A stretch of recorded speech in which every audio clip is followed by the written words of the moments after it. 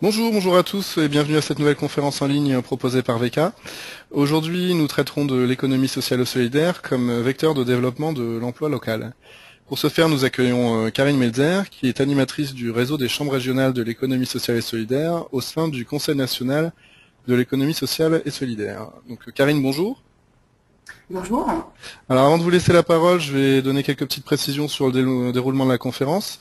Au cours de celle-ci, donc tous les participants pourront poser leurs questions via la fenêtre questions dans l'interface GoToWebinar qui est située à droite de votre écran normalement.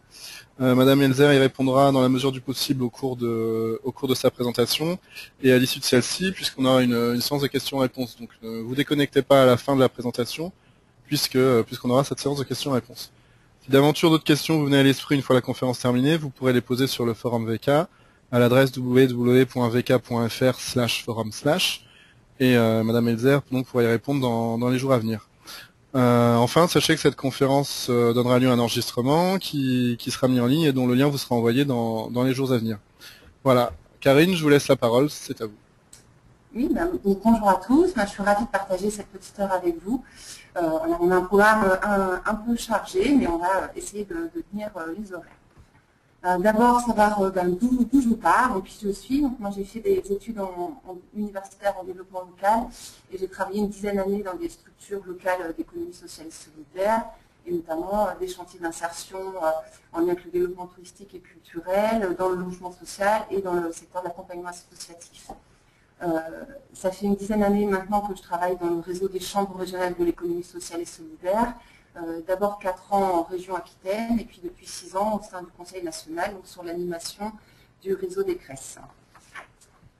Donc, de quoi allons-nous parler ensemble aujourd'hui? Je vous propose une conférence en 3 temps.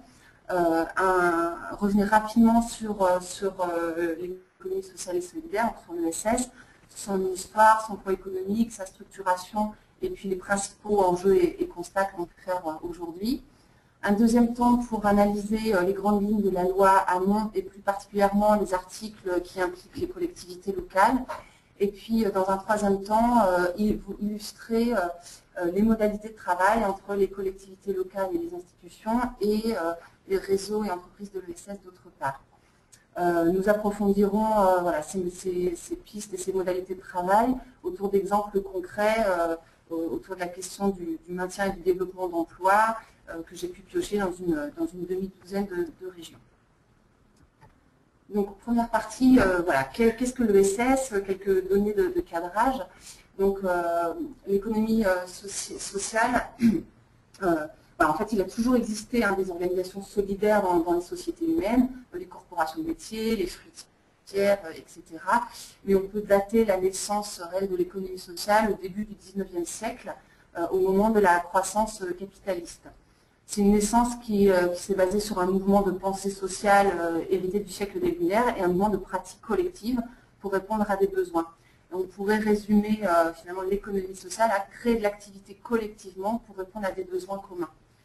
Le deuxième mouvement qui est venu compléter cette première dynamique d'économie sociale, c'est ce qu'on appelle plutôt l'économie solidaire, et qui est apparu dans les années 70 avec l'apparition du chômage, de la prise de conscience écologique, des nouvelles relations avec les pays du Sud suite à la décolonisation, etc. Et cette économie solidaire, on pourrait la résumer par c'est créer de l'activité collectivement pour répondre à des enjeux d'intérêt général. Et puis, dernier mouvement plus récent, qui est apparu dans les années 2000-2010, c'est le mouvement de l'entrepreneuriat social qui emprunte à l'économie solidaire la finalité sociale, environnementale, sociétale, donc les finalités aussi d'intérêt général, et qui emprunte au statut de l'économie sociale de la première vague, on peut dire, certains principes de lucrativité limitée, de gouvernance participative, mais qui ne s'appuient pas forcément nécessairement sur une dynamique collective comme l'économie sociale et l'économie solidaire. On peut avoir avoir un aperçu de cette construction au fil du temps à travers la reconnaissance législative. Donc, il y a une première série de reconnaissances fin 19e, début 20e. Et puis, on va retrouver une deuxième série dans les années 70-80 avec l'IAE, le travail protégé, les fondations, Et enfin, la reconnaissance d'un entrepreneuriat social dans la loi Hamon, qu'on discutera un petit peu plus tard. Mais on peut aussi voir l'apport de l'ESS en termes d'innovation pour répondre aux grandes problématiques sociétales au cours de ce dernier siècle. Et on peut citer très rapidement les questions de protection sociale, d'éducation, de loisirs, d'assurance fin 19e, début 20e, les questions de prise en charge de la santé, de l'action sociale, mais aussi de l'organisation de la production et de la distribution, notamment pendant les guerres.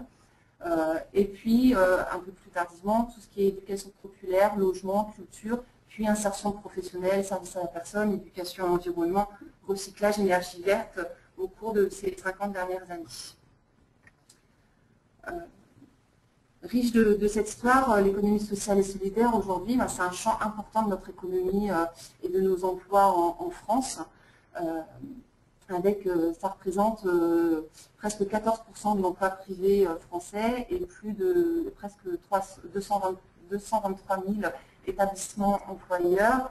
Et c'est un point particulièrement significatif en France, puisqu'on est à 10,3% de l'emploi français dans l'économie sociale et solidaire, alors qu'à l'échelle européenne, c'est plutôt une moyenne de 6,5% de la population active qui travaille dans les structures d'économie sociale. Autre élément en termes de poids économique, c'est que l'économie sociale et solidaire, c'est une force économique qui est très territorialisée, avec une présence sur l'ensemble des territoires français, avec des taux d'emploi de 7 à 14% selon les régions, et avec certains départements qui peuvent même atteindre des taux de 17, 18, voire 20%, comme des départements comme la Lozère, en milieu rural, où les structures d'économie sociale et solidaire forment une force très forte de l'économie locale. Autre élément sur le poids économique, c'est de regarder un petit peu sur quel secteur d'activité se trouvent les entreprises de l'ESS. En fait, déjà, l'ESS s'inscrit dans la quasi-totalité des champs d'activité. Elle est basée avant tout sur une autre manière d'entreprendre et elle n'est pas liée à un secteur d'activité en particulier, même si sa visibilité est plus forte, peut-être en tout cas pour le grand public, dans les domaines sociaux. D'ailleurs, l'ESS est le premier employeur du secteur de l'action sociale, mais également dans les secteurs du sport et des loisirs. Et l'ESS est le deuxième employeur sur les activités financières et d'assurance, des arts et des spectacles et de l'enseignement, ce qu'on a peut-être un peu moins souvent en tête. Ce qui est important en termes de poids économique aussi, c'est de regarder la dynamique en termes de création d'emplois, puisque le champ de l'ESS est un secteur qui connaît une forte dynamique et des perspectives très positives en termes de création d'emplois. Ces 10 dernières années, c'est 23% d'emplois nouveaux dans l'ESS contre seulement 7% d'emplois nouveaux pour le reste de l'économie privée en France. On a un enjeu dans l'économie sociale et solidaire particulièrement fort sur le renouvellement générationnel, puisqu'on estime à 600 000 départs à la retraite à anticiper d'ici 2020, dont un nombre de postes de cadre très important. On a pu aussi voir le dynamisme de l'économie sociale par rapport aux emplois d'avenir, puisqu'on a créé près de la moitié des 85 000 emplois d'avenir créés en 2013. Et enfin, c'est des gisements potentiellement importants d'emplois dans le secteur des emplois blancs, des emplois verts, mais aussi dans toutes les dynamiques de circuits courts et d'économie circulaire qui sont en plein essor. Et vous pouvez voir en bas les deux diagrammes qui montrent la différence d'évolution de la croissance de l'emploi entre l'économie sociale en bleu et dans le reste de l'économie privée en vert pointillé. Et l'autre diagramme qui montre la pyramide des âges dans l'économie sociale et qui montre effectivement un pool assez important de salariés entre 45 et 60 ans.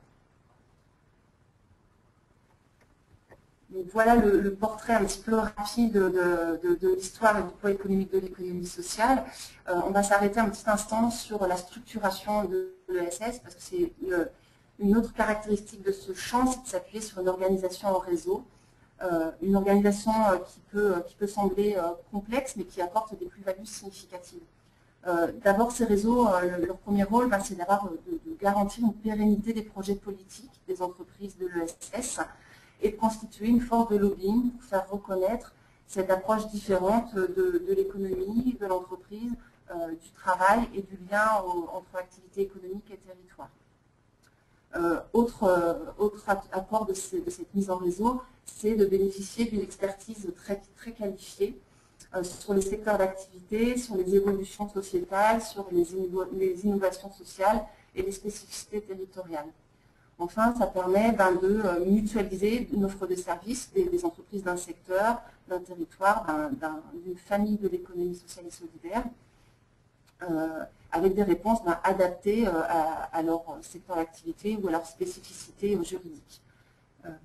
Ce travail en réseau permet également d'être plus efficace en termes de repérage de bonnes pratiques, d'innovation et du coup d'essaimage et de diffusion de ces bonnes pratiques.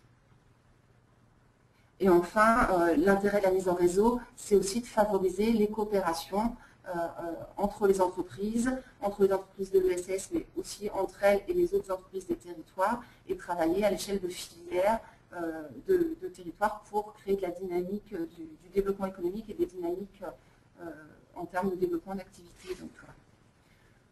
Donc au niveau des réseaux nationaux, on a le CGS qui regroupe les grandes familles de l'économie sociale et solidaire. Chaque grande famille a une tête de réseau spécifique, donc la Mutualité française pour les mutuelles de santé, COP/FR pour les coopératives, la CPCA pour les associations, le GEMA pour les mutuelles d'assurance, le MOVES pour l'entrepreneuriat social et le MES pour l'économie solidaire.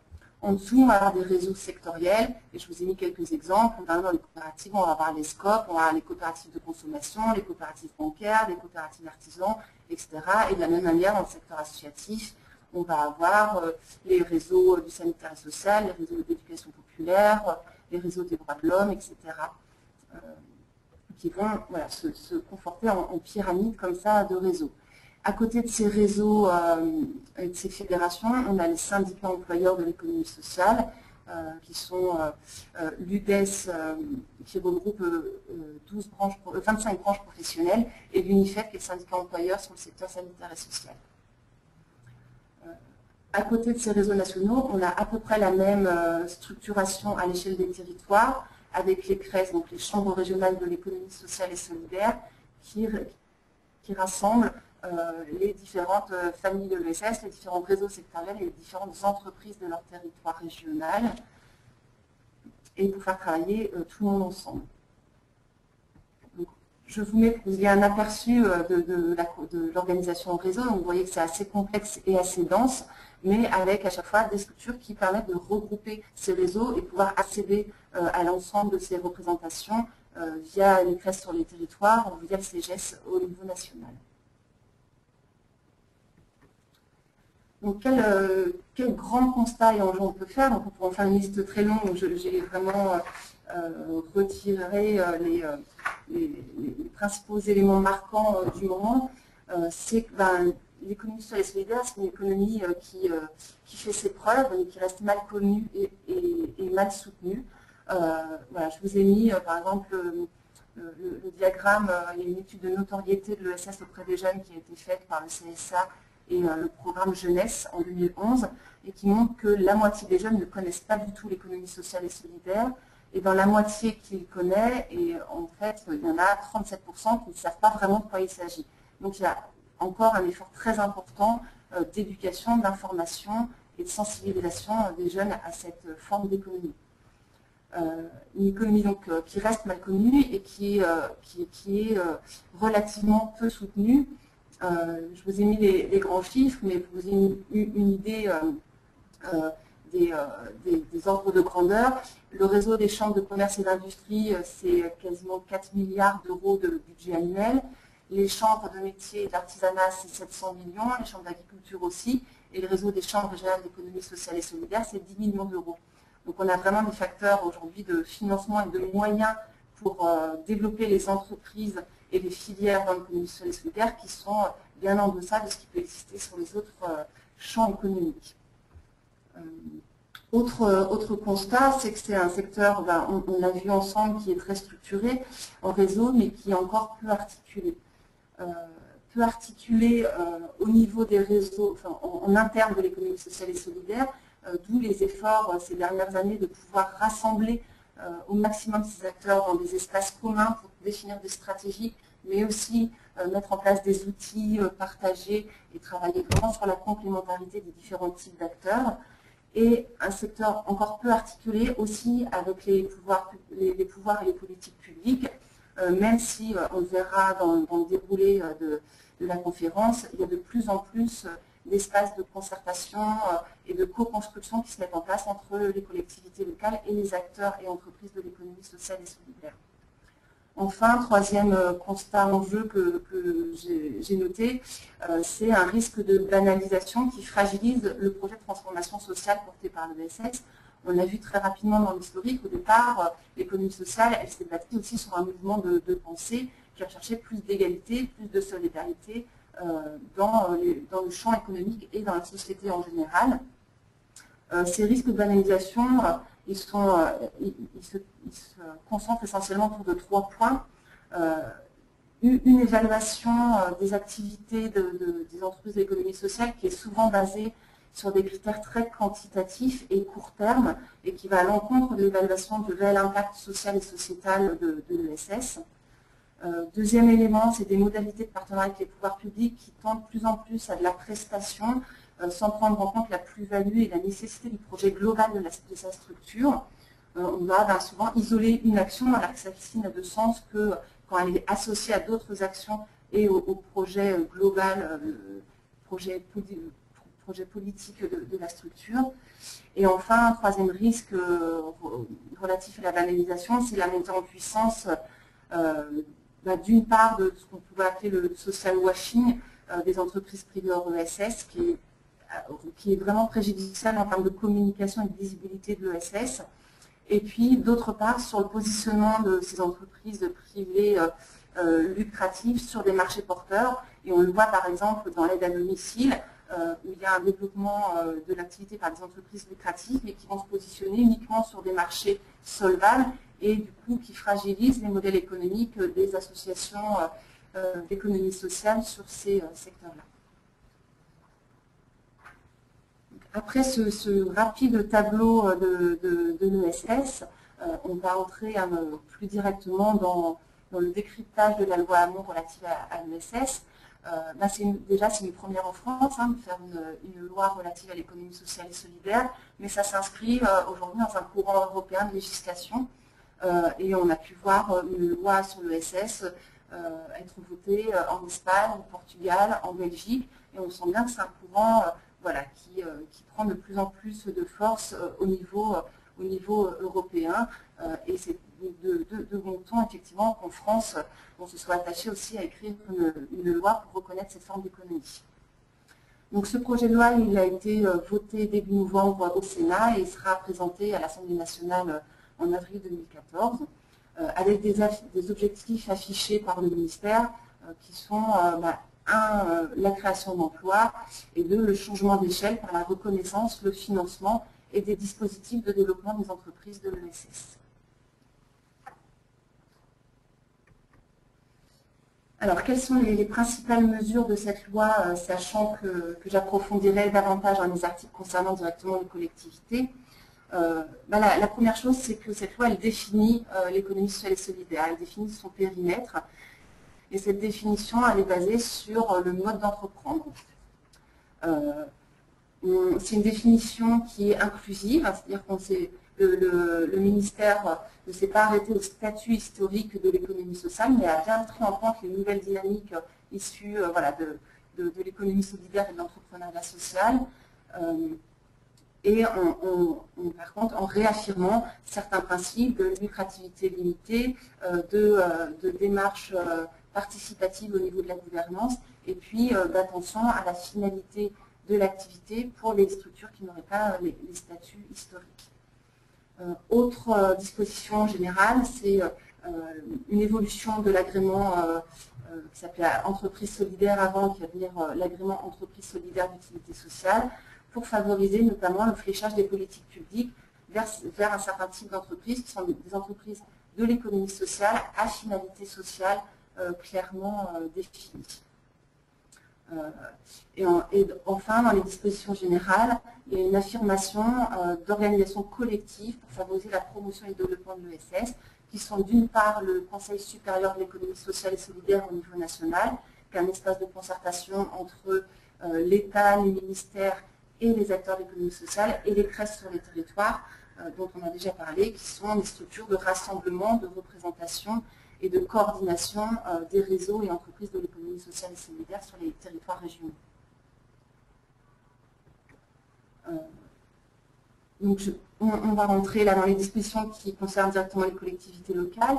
Je vous ai remis le point sur les CRES parce que le lien entre les CRES et les collectivités locales sur les territoires sont très importantes. Il est d'ailleurs prévu que chacune des chambres régionales signera une convention d'agrément avec le représentant de l'État dans la région et avec le président du conseil régional et les autres collectivités intéressées par le développement de l'économie sociale et solidaire.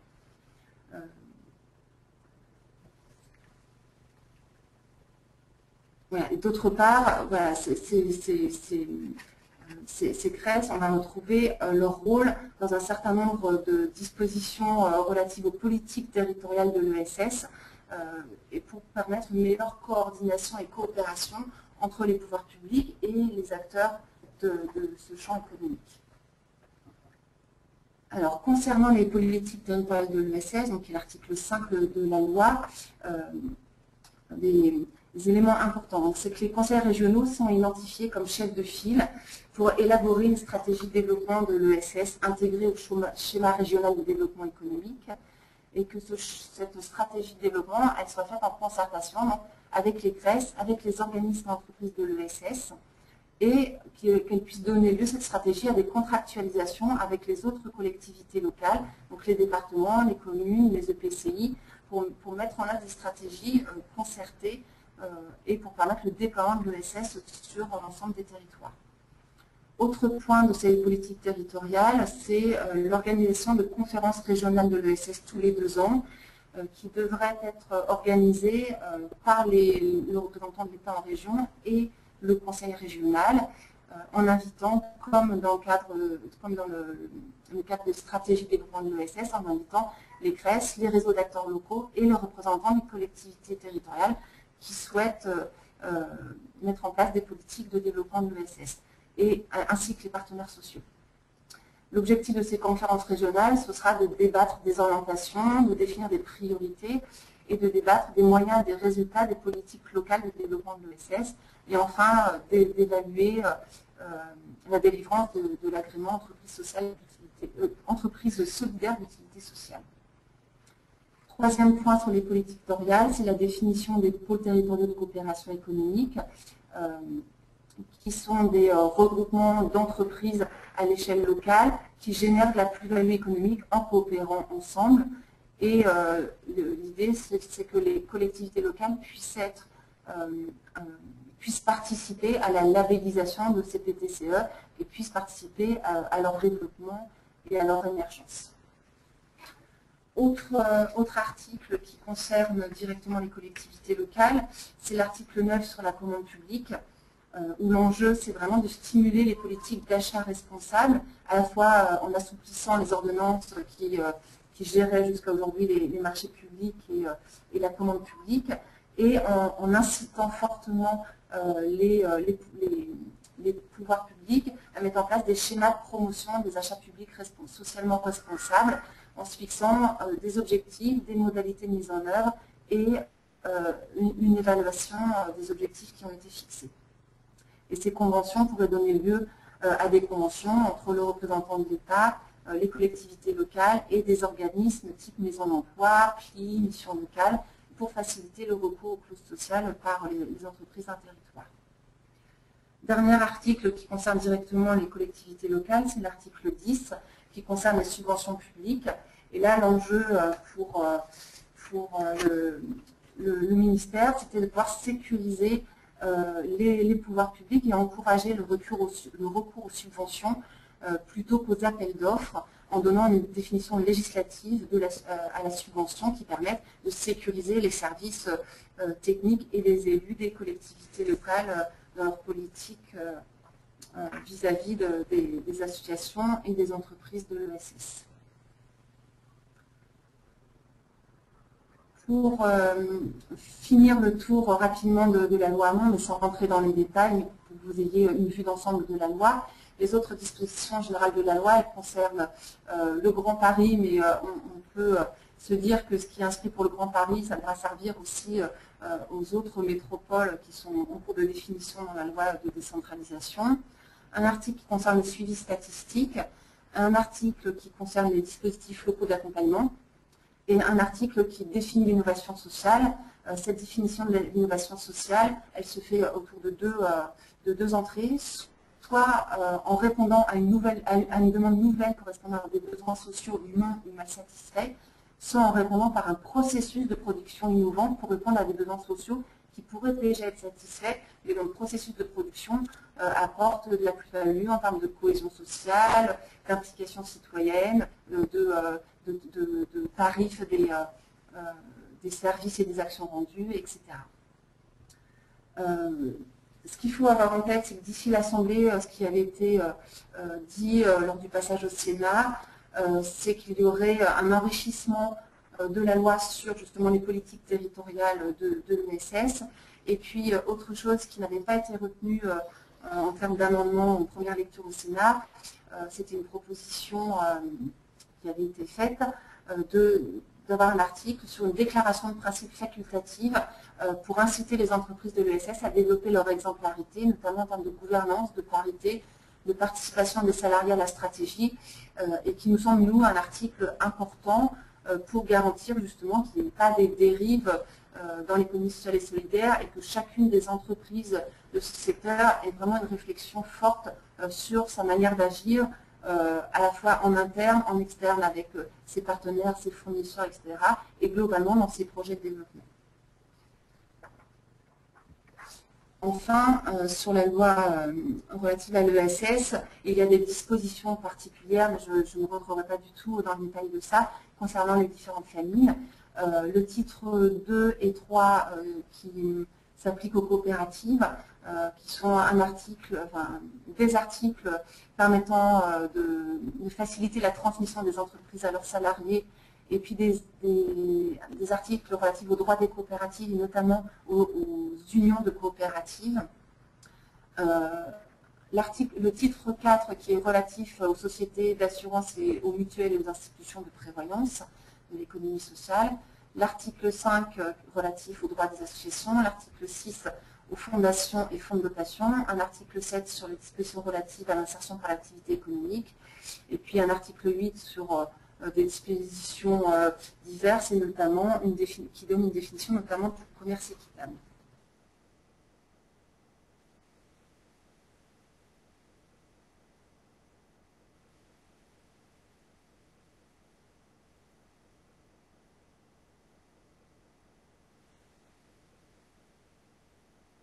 Et solidaire sur les territoires.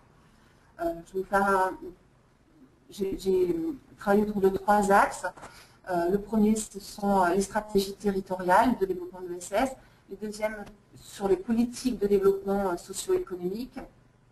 Le troisième, sur l'implication citoyenne au service des territoires et des populations. Et puis, on reviendra en dernier temps, en fin de conférence, sur des exemples concrets liés au maintien et au développement de l'emploi et vous montrer quels sont, comment on peut travailler concrètement sur quel type d'action et avec quelle modalité de travail on peut travailler avec ces réseaux de l'ESS. Concernant les stratégies territoriales de développement de l'ESS, ce qu'on peut constater, c'est qu'il y a de plus en plus de collectivités qui définissent des stratégies concernant l'ESS. Ainsi, fin 2012, on recensait 19 stratégies régionales, 24 stratégies départementales et 29 stratégies infradépartementales, donc à l'échelle de communautés de communes, de communautés d'agglos ou de communes.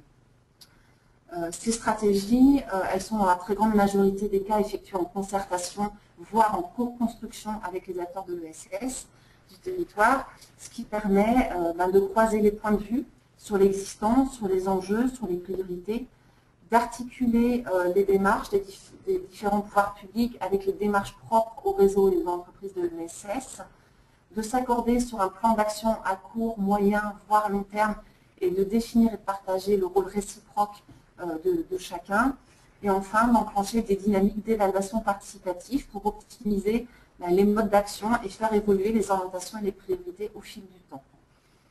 Je vais vous citer deux exemples que j'ai identifiés en termes de bonnes pratiques, mais il en existe bien entendu bien d'autres, et comme je vous disais, c'est en plein développement, donc des bonnes pratiques, il y en a de plus en plus, et c'est tant mieux.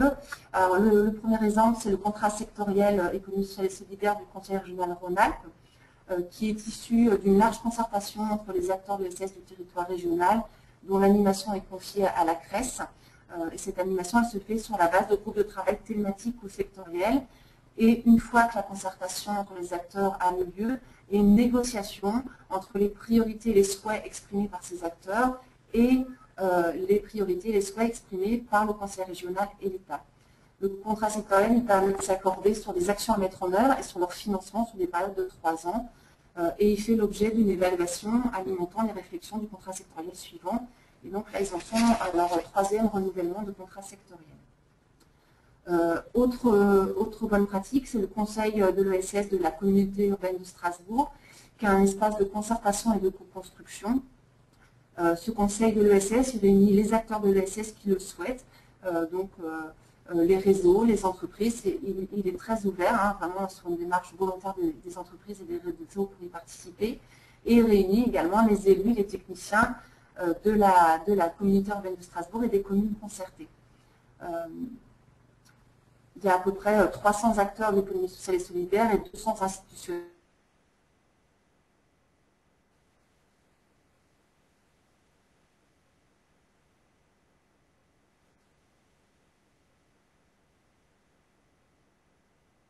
C'est que ce n'est pas un lieu de revendication pour les acteurs, donc on n'est pas là pour venir poser des questions sur la subvention qu'on n'a pas eue ou sur telle ou telle chose. Et la deuxième règle fixée, c'est que les acteurs font des préconisations vis-à-vis des pouvoirs publics, mais que réciproquement, les pouvoirs publics font également des préconisations vis-à-vis des acteurs. Donc on est vraiment dans une réciprocité de l'échange et des attentes et des moyens à déployer par la suite. Les priorités, elles sont fixées pour l'année, elles donnent lieu à des groupes de travail thématiques qui alimentent le conseil de l'ESS, qui redéfinit tous les ans ses priorités et ses actions concrètes.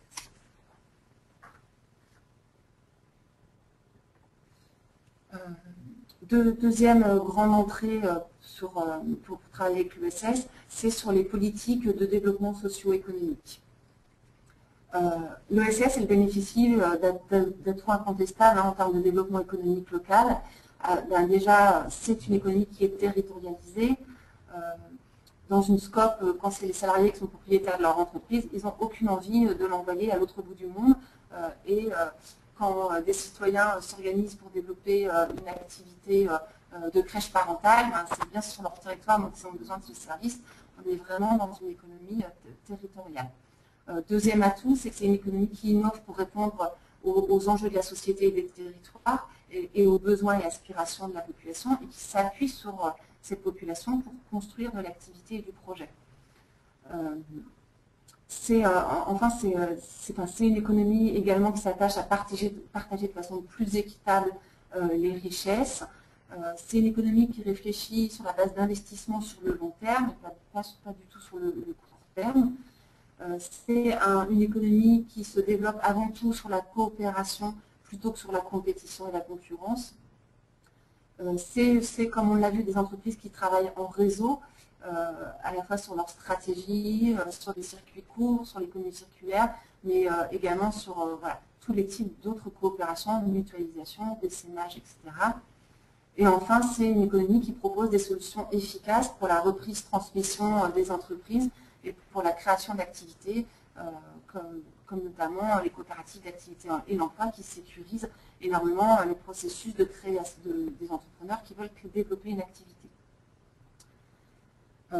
Donc les collectivités locales et les institutions publiques, elles ont tout intérêt à intégrer le développement et le rôle de cette économie dans le cadre de leur stratégie, de leur politique de développement économique, mais aussi dans leur stratégie politique sectorielle, puisqu'on a vu que l'ESS est présente dans la plupart des secteurs d'activité et qu'elle peut apporter des réponses sur l'ensemble des territoires, auprès de l'ensemble des populations, et notamment sur les secteurs où il y a un enjeu phare en termes de société, donc la santé, l'insertion, le logement, la mobilité, l'éducation, la culture, mais aussi les services à la personne, les énergies renouvelables, le recyclage, le numérique, tous les secteurs porteurs. Donc, comment les collectivités locales et les institutions peuvent-elles s'appuyer sur les réseaux de l'ESS pour intégrer la prise en compte de l'ESS et ses apports spécifiques dans leur politique? Eh bien, tout d'abord, ça peut être en amont, il y a des diagnostics territoriaux ou sectoriels qui proposent de faire des états des lieux, de repérer les besoins, d'identifier les innovations et les bonnes pratiques, de qualifier les enjeux et les perspectives sur un champ d'activité. Ça peut être en faisant participer les réseaux de l'ESS à la définition des politiques publiques et à leur déploiement, et on a vu notamment le rôle des entreprises de l'ESS dans le déploiement des emplois d'avenir, par exemple. C'est également en favorisant l'appui à l'émergence, la création, la consolidation et le développement des entreprises et des emplois dans ce champ-là.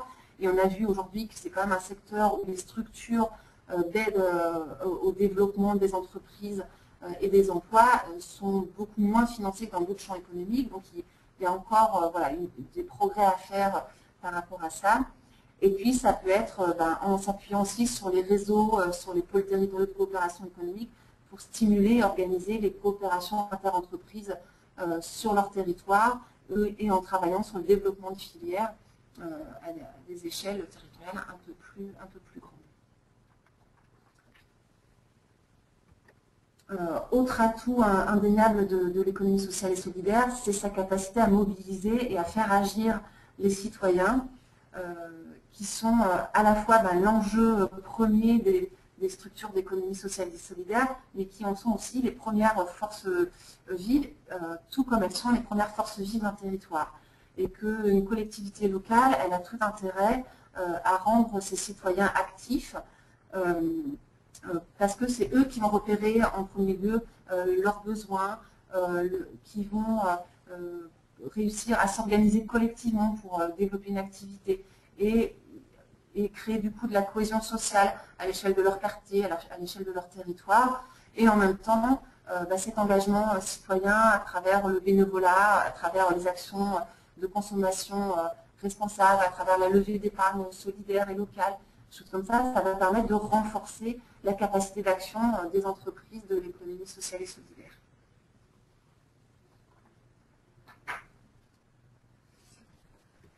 Entrons maintenant dans des exemples un peu concrets sur des actions en faveur du développement de l'emploi. Donc je vais vous présenter 5 grands types d'actions. Des actions pour faire connaître les formations, les métiers et les emplois de l'ESS. Des actions pour connaître et anticiper les besoins en formation et en emploi dans l'économie sociale et solidaire. Des actions qui permettent de développer des outils pour favoriser la consolidation et la création d'emplois dans les entreprises de l'ESS, des actions qui permettent de stimuler et d'accompagner la création d'activités d'entreprise, et enfin des actions qui permettent de participer au dialogue social pour faire reconnaître et partager notre autre conception de l'économie, de l'entreprise et du travail au sein de ces entreprises. Donc, concernant pour faire connaître les formations métiers et emploi de l'ESS, il y a différents outils possibles. Il y a déjà dans un premier temps des sessions de sensibilisation, d'information et de formation aux métiers et aux emplois de l'ESS. Il y a des actions qui sont faites auprès des publics, des professionnels de l'accueil et de l'orientation des publics en recherche d'emploi. Et par exemple, en Rhône-Alpes, la CRES organise avec les réseaux adhérents à la CRES des sessions d'information et de formation auprès des acteurs de Pôle emploi, des missions locales, des maisons de l'emploi de leur territoire. Autre cible pour informer et sensibiliser aux formations et aux métiers d'économie sociale et solidaire, ce sont les jeunes. Et là, il y a toute une série d'actions qui peuvent être mises en place. En région Centre, par exemple, la CRES a initié des ateliers d'échange à destination des jeunes sur la thématique travailler autrement, travailler dans l'ESS, comment trouver des postes et pour quel métier. Et elle anime par exemple ces ateliers en lien avec le CRIJ d'une part, et d'autre part avec la maison de l'emploi du bassin d'Orléans et un certain nombre de réseaux, comme l'a dit, le CRESOC, le réseau d'économie solidaire, les ADMR sur l'aide à domicile, l'université, les ressources solidaires, qui est un site spécialisé dans la recherche d'emploi en économie sociale et solidaire. Autre exemple d'action vis-à-vis des jeunes, en Nord-Pas-de-Calais, c'est la création de 12 plateformes locales sur l'emploi des jeunes qui permettent de mettre en relation les employeurs de l'économie sociale et solidaire et des jeunes via la mobilisation d'un référent sur chacun de ces 12 territoires qui va créer du lien et animer ces rencontres entre les jeunes en recherche d'emploi et les employeurs. Autre cible sur ces sessions d'information et de sensibilisation au métier de l'économie sociale, ce sont les demandeurs d'emploi de manière plus générale. Et on peut citer par exemple l'action en Nord-Pas-de-Calais de sensibilisation auprès des demandeurs d'emploi cadres avec la PEC et auprès des demandeurs d'emploi non cadres avec Pôle emploi et auprès des jeunes en service civique avec un partenariat avec Unicité. Autre type d'action pour faire connaître les métiers et les emplois de l'ESS, ça va être des forums, l'organisation de forums territoriaux sur les formations, les métiers, les offres d'emploi et le recrutement dans le champ de l'économie sociale et solidaire. À titre d'exemple, dans le Limousin, ils ont mis en place un forum qui a été organisé par des jeunes de la mission locale de Limoges et accompagné par la CRES et par une association issue de la mission locale et qui a permis de réunir 200 jeunes, 18 employeurs et de diffuser donc une information sur les métiers, les formations, mais aussi les offres de stage, les offres d'emploi dans les entreprises de l'économie sociale et solidaire du Limousin. De même, en Poitou-Charentes, ils ont organisé un forum sur les métiers, la formation et la création d'emplois en ESS, en lien avec la communauté d'agglomération de Niort, la DIREC, le conseil régional, la Caisse des dépôts, la ville de Niort, l'université de Poitiers. Et ce forum a pu réunir une cinquantaine d'employeurs et a reçu 600 visiteurs sur la journée. Donc ça, ce sont des forums qui sont dédiés au métier d'économie sociale et solidaire. Il peut y avoir aussi des actions, des stands dédiés à l'économie solidaire au sein de forums beaucoup plus globaux sur l'emploi.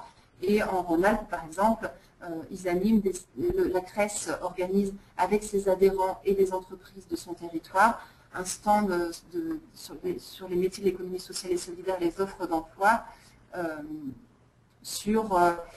pendant la semaine de l'emploi, le mondial des métiers, la semaine pour l'emploi des personnes handicapées, le forum de l'emploi des cadres et les forums des métiers du sanitaire et social. Donc il y a des actions aussi pour valoriser les métiers de l'économie sociale au sein d'événementiels plus globaux. Enfin, dernier type d'action pour faire connaître les formations et les métiers de l'économie sociale et solidaire, ce sont la production d'outils pratiques. Donc je vous en présente quelques-uns, mais évidemment il y en a de nombreux sur les différents territoires. En Limousin, par exemple, ils ont édité un petit guide qui s'appelle « Les petits conseils des professionnels de l'ESS pour l'emploi des jeunes », qui a été fait en lien entre la CRES, la mission locale de Limoges, le conseil régional, la DIREC et avec le soutien du Fonds social européen. En Nord-Pas-de-Calais, il y a l'UDES, donc là c'est l'UGRS, mais qui a changé de nom, l'UDES, qui est le principal syndicat employeur de l'économie sociale et solidaire, qui a édité un guide qui présente les métiers de l'ESS dans 12 branches professionnelles. On a Uniformation, qui est le collecteur de la formation pour l'économie sociale et solidaire, qui a fait par exemple une série de vidéos sur les métiers accessibles en emploi d'avenir dans l'économie sociale et solidaire. Donc des outils très pratiques pour à la fois les professionnels de l'orientation et aussi pour les personnes en recherche d'emploi. Autre exemple d'outils, la CRES Nord-Pas-de-Calais avec l'Office central de la coopération à l'école se sont associés pour faire découvrir l'économie sociale et solidaire aux élèves et aux enseignants de leur région. Et ils ont développé un site qui s'appelle Trait d'Union et qui permettent par exemple d'organiser des visites d'entreprise avec les classes, qui permettent de faire intervenir des professionnels de l'économie sociale et solidaire pendant les cours et qui permettent aussi aux élèves de trouver un stage dans une entreprise de l'ESS pour leur faire découvrir les métiers et les manières d'exercer ces métiers au sein des entreprises du secteur. Et je vous ai mis aussi en exemple le portail de la formation en économie sociale et solidaire en Corse, qui recense l'ensemble des formations qui permettent d'accéder après aux entreprises de l'ESS. Donc ça, c'était le premier grand type d'action, faire connaître les métiers. Deuxième grand type d'action, c'est connaître et anticiper les besoins en formation et en emploi dans l'ESS. Donc ça se fait aussi à travers différentes modalités. Tout d'abord, il y a des approches qui sont assez globales, qui sont des approches de gestion prévisionnelle des emplois et des compétences, qui sont travaillées à la fois avec les employeurs et les représentations des syndicats salariés sur les emplois, les compétences à l'échelle d'un territoire ou d'un secteur d'activité. On peut citer par exemple le travail mené en Bretagne à l'échelle des pays de Saint-Brieuc ou de Fougères, où le travail de GPEC a pu donner lieu à des études sur les besoins et sur les parcours emploi-compétences dans l'économie sociale et solidaire. On peut citer également le projet en Bourgogne de gestion prévisionnelle des emplois et compétences pour faire émerger des nouveaux postes dans l'ESS, pour accompagner le renouvellement et les parcours professionnels, pour qualifier les parcours d'insertion et pour consolider les employés sur des postes dans l'économie sociale et solidaire. Autre approche globale qu'on peut citer, c'est le contrat d'études prospectives en Nord-Pas-de-Calais qui a permis de définir, sur la base d'une étude très, très complète, les grands enjeux et les grands défis pour l'économie sociale et solidaire relativement à la consolidation et au développement de l'emploi. Autre modalité d'action sur ces besoins en formation, pour anticiper ces besoins en formation et en emploi dans l'ESS, ça peut être des études. Et par exemple, dans la CRES Bretagne, qui a réalisé une contribution de l'ESS dans le diagnostic emploi-formation de la région. Mais on peut avoir aussi la réalisation d'études sectorielles. Et par exemple, l'Observatoire régional de l'ESS en Bretagne a fait une étude sectorielle sur le secteur du service à la personne, sur le secteur de l'éco-construction, sur le secteur du réemploi et de l'économie circulaire, qui va analyser de façon assez approfondie quels sont aujourd'hui les emplois, les difficultés, les enjeux et quelles sont demain les perspectives sur ces secteurs-là et quels vont être les besoins en termes d'emploi, en termes de formation, en termes d'évolution des métiers et de pratique des métiers. On peut également citer l'étude qui a été faite en région Nord-Pas-de-Calais sur les jeunes pour comprendre où se situe l'emploi des jeunes aujourd'hui dans l'ESS, quelles sont les stratégies de recrutement des employeurs de l'ESS vis-à-vis des jeunes et quels sont les freins et les leviers à l'emploi des jeunes pour pouvoir travailler après ces freins et les leviers directement avec les entreprises. Enfin, on peut citer la mise en place de baromètres ou de tableaux de bord conjoncturels qui permettent d'avoir une analyse régulière de l'évolution du dynamisme économique et en création d'emplois des entreprises de l'ESS et qui présentent les principales tendances. Et en Nord-Pas-de-Calais, ils ont aussi associé à ce travail de tableau de bord un baromètre d'opinion auprès des employeurs de l'économie sociale et solidaire pour pouvoir anticiper un petit peu leur état d'esprit et ce qu'ils envisagent sur les mois qui viennent. Troisième grand type d'action, ça va être d'accompagner et d'outiller les entreprises de l'ESS pour favoriser la consolidation et la création d'emplois. Donc là, on apparaît différents types d'actions qui peuvent être mis en place. Il y a eu, par exemple, une série d'actions sur 2013 relatives aux emplois d'avenir pour accompagner les employeurs dans leur recrutement et dans le parcours de formation des jeunes qu'ils embauchent. En Rhône-Alpes, par exemple, la CRES a travaillé de façon concertée et partenariale avec Pôle emploi, les missions locales, Cap emploi, un guide régional pour le déploiement des emplois d'avenir dans l'économie sociale et solidaire qui informe sur le dispositif, qui donne des informations sur le rôle des employeurs, le rôle des différents opérateurs et qui propose une offre de services en 5 étapes sur les modalités de recrutement, sur l'aide à la fonction tutoriale, sur la formation du jeune et le financement de cette formation, sur la formation des employeurs et sur les dispositifs d'accompagnement via les réseaux, via le dispositif local d'accompagnement, etc. De la même manière, en Poitou-Charentes, il y a eu un travail approfondi entre la CRES et l'URIOPS, qui est le réseau du secteur sanitaire et social, pour travailler un engagement des réseaux du sanitaire et social sur le recrutement d'emplois d'avenir et sur tout le travail sur le tutorat, le parcours de formation et la pérennisation des postes des jeunes qui seront accueillis. Donc ça, c'est un premier type d'exemple. Autre exemple, on a vu sur la diapositive précédente, le travail qu'a fait la région Nord-Pas-de-Calais dans le cadre du contrat d'études prospectives et qui a donné lieu aujourd'hui à un ADEC, une action de développement des emplois et des compétences, et qui a permis par exemple de travailler sur le secteur du travail protégé, donc les entreprises adaptées, les ESAT et les ETA, qui a permis d'aboutir à un travail sur la diversification économique pour ce type d'entreprise.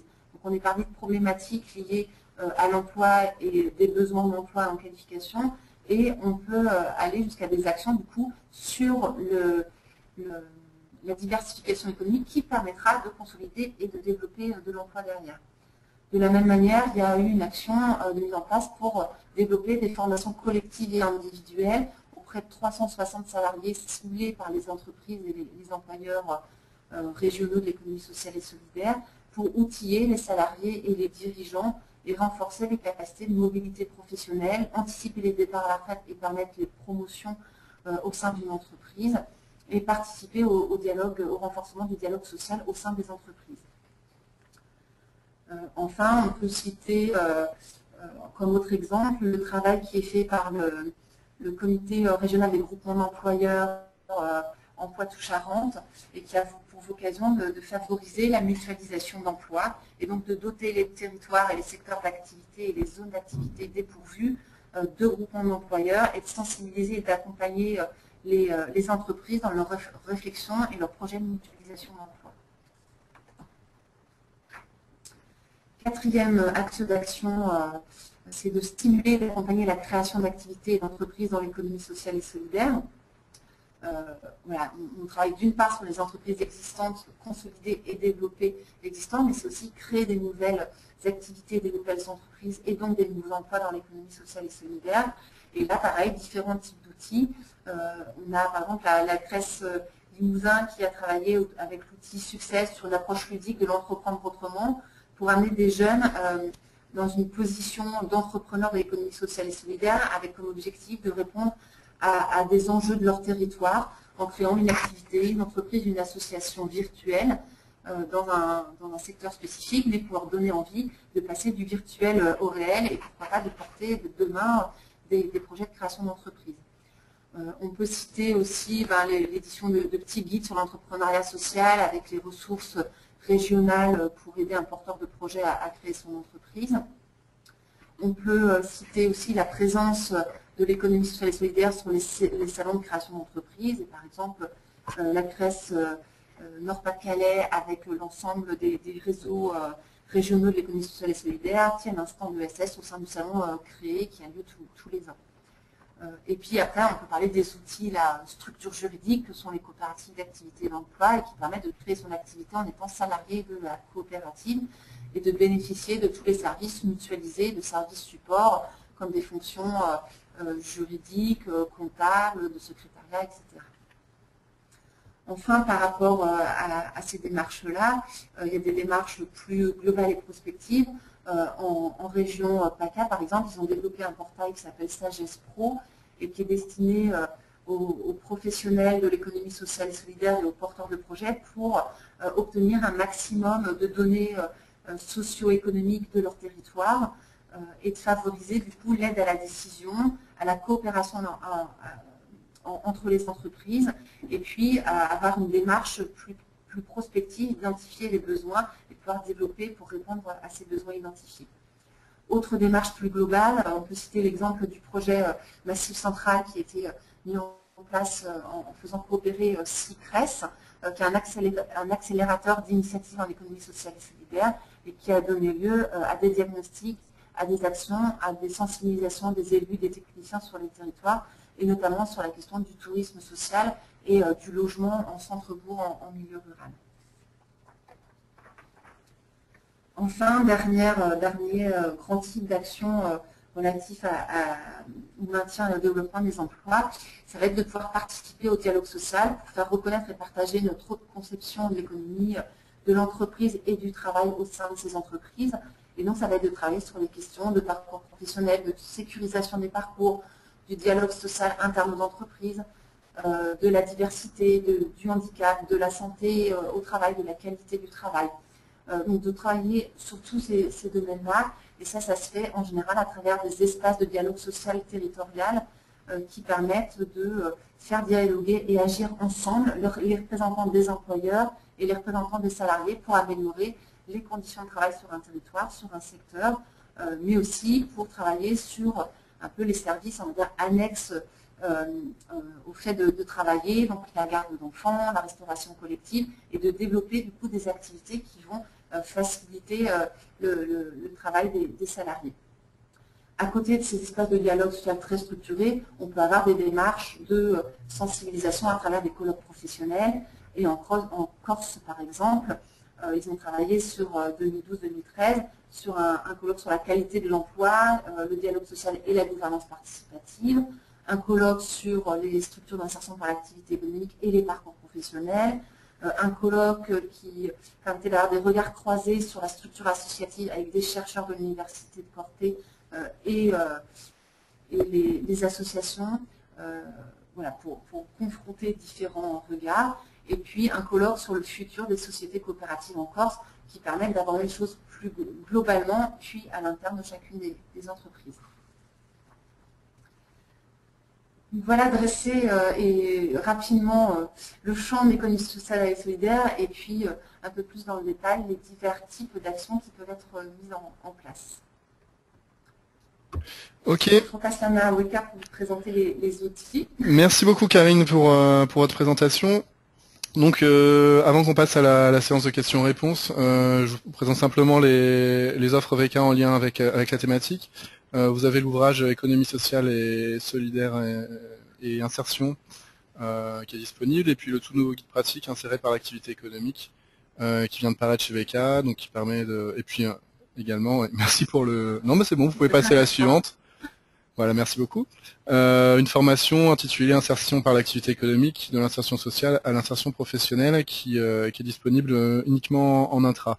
Je vous envoie via la fenêtre de chat les liens vers ces trois offres. Hop là. Voilà, vous avez les trois liens. Vous pouvez retrouver tout ça bien sûr sur le site de VK directement. Ce sera plus clair que les trois liens que je viens de vous envoyer. On va passer aux questions. Alors, on en a beaucoup. Alors, comment ça fonctionne?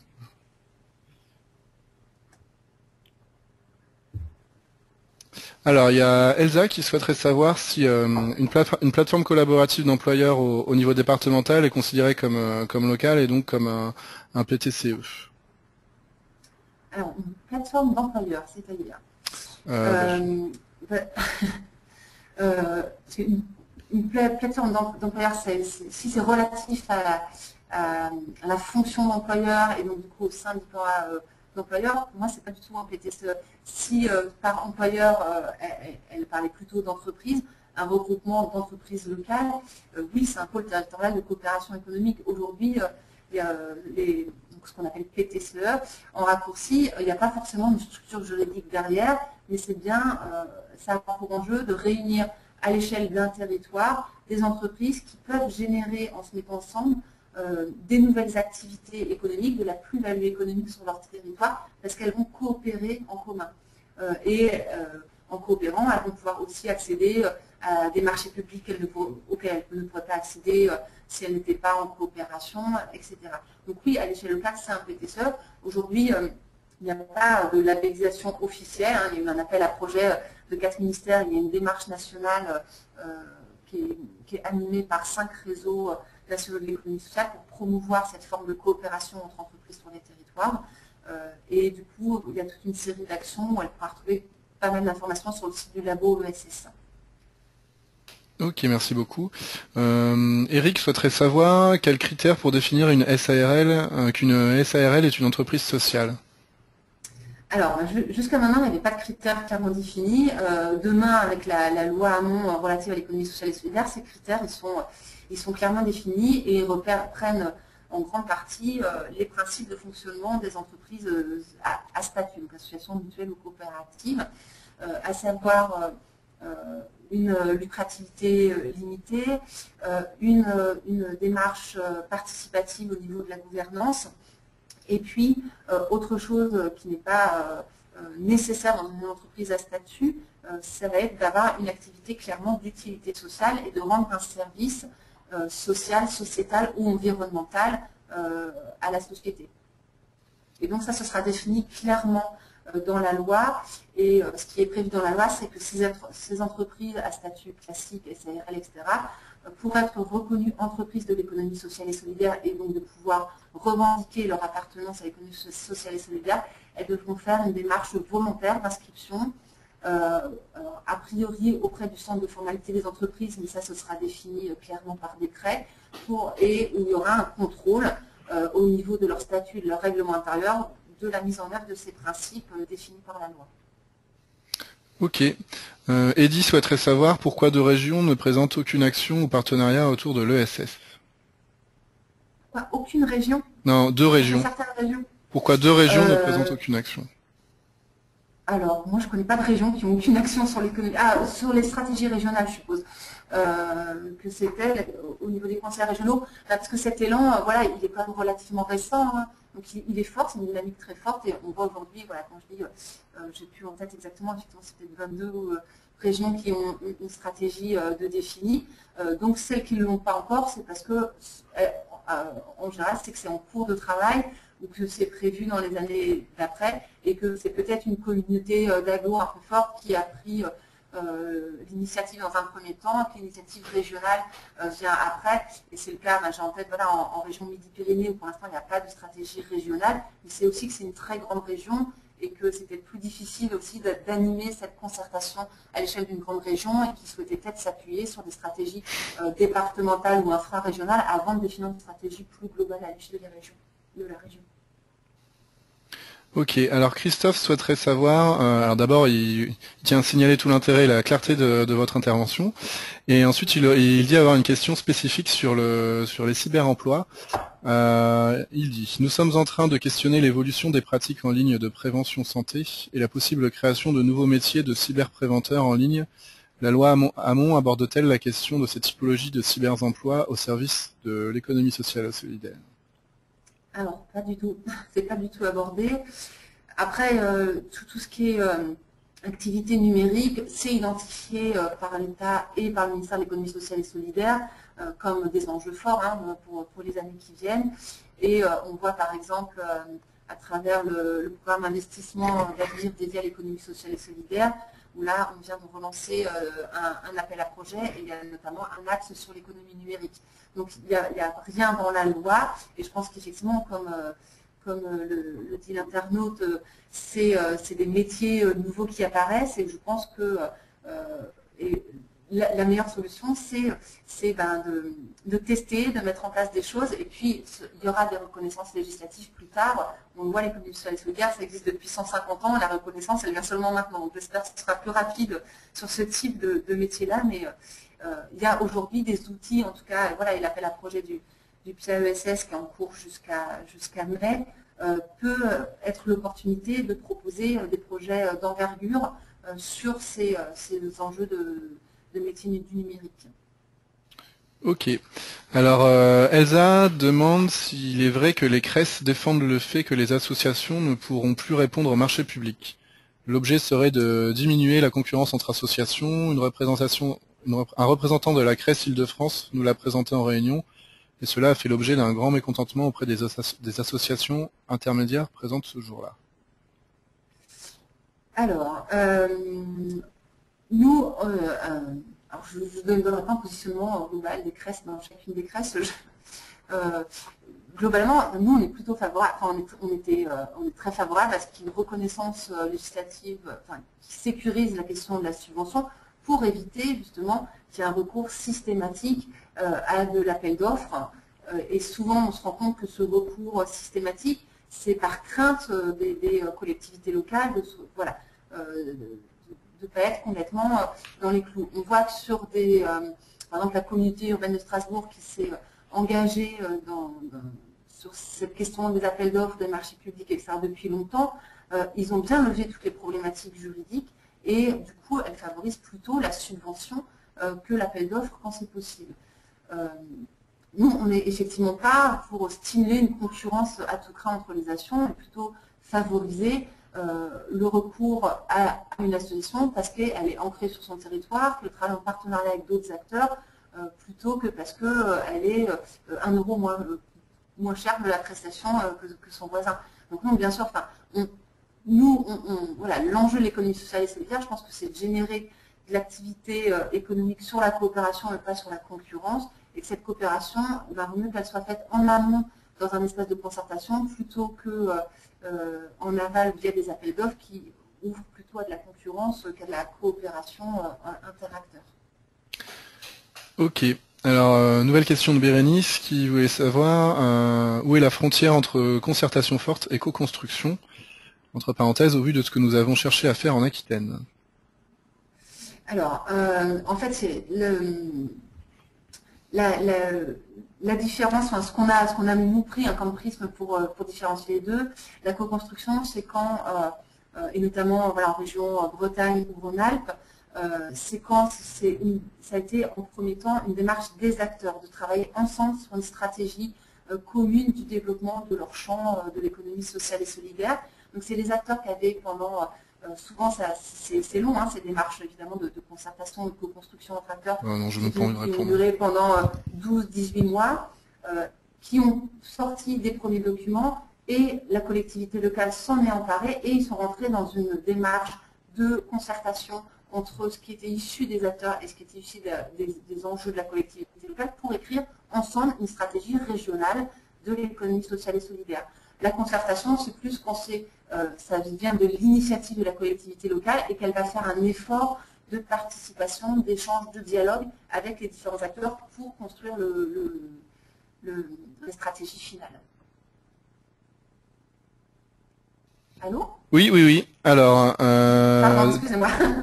Question d'Elsa, dans l'OSS, quelle est la part IAE, commerce équitable, production d'énergie renouvelable, ce genre de choses? Alors, c'est très compliqué d'avoir des données chiffrées sur ces éléments-là. Alors, sur l'insertion par activité économique, je ne voudrais pas dire de bêtises, mais il me semble que c'est 200 000 salariés en parcours d'insertion dans les structures d'insertion par activité économique. Et là, on peut avoir un nombre d'entreprises, mais j'avoue que je ne l'ai pas en tête, donc je ne veux pas dire de bêtises, parce qu'il y a un recensement là par le service de l'État, puisque les structures d'insertion par activité économique, elles ont nécessairement un agrément pour bénéficier du soutien financier sur les postes en insertion. Sur le commerce équitable, sur les énergies renouvelables, etc., il n'y a pas moyen d'identifier aujourd'hui ces entreprises-là, parce que la classification INSEE ne les identifie pas en tant que secteur d'activité en tant que tel, et que quand en commerce équitable, quand on fait du commerce équitable sous un statut classique de SARL, il n'y a aucun moyen d'identifier que c'est une structure du coup de l'économie sociale et solidaire qu'on va retrouver noyée dans les structures du commerce, quoi. Donc aujourd'hui, il n'y a pas de classification, on est obligé de passer par un recensement via les réseaux sectoriels, et on est en train justement, nous, de travailler à cette consolidation au sein des observatoires de l'économie sociale et solidaire, et petit à petit de compiler un maximum de données, dont celles qui ne sont pas lisibles aujourd'hui dans les statistiques de l'INSEE. Ok.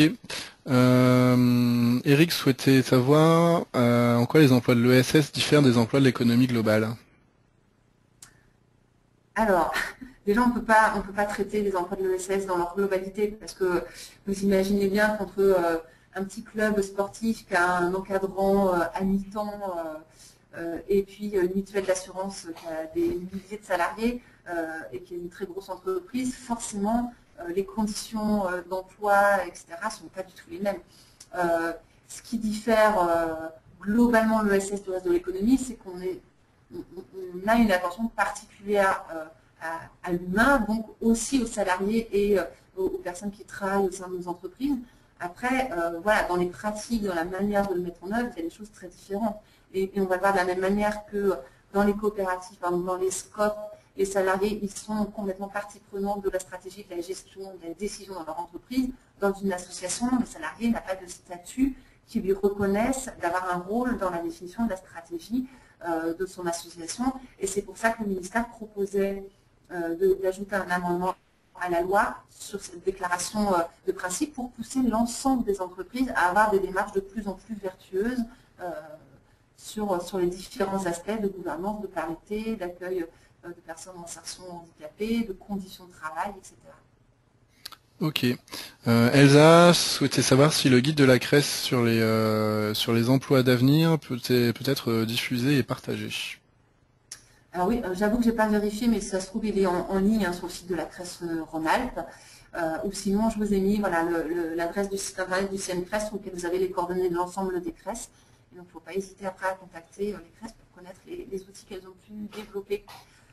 On n'a pas encore aujourd'hui de centre de ressources qui centralise l'ensemble des productions et des contributions des CRES et de leurs adhérents, mais on espère bien, voilà, notamment la reconnaissance des CRES dans le cadre de la loi qui va donner une reconnaissance plus forte, mais aussi normalement des moyens un peu plus importants pour accompagner le développement de ce champ, et notamment la question d'un centre de ressources sur tout ce type d'outils qui serait vraiment bienvenu, parce que c'est vrai qu'aujourd'hui c'est assez disséminé à droite et à gauche. Ok. Alors, il y a Bérénice qui me dit, je me permets, pour les collectivités intéressées, de faire la promotion du RTES, Réseau des collectivités territoriales pour une économie solidaire, rtes.fr.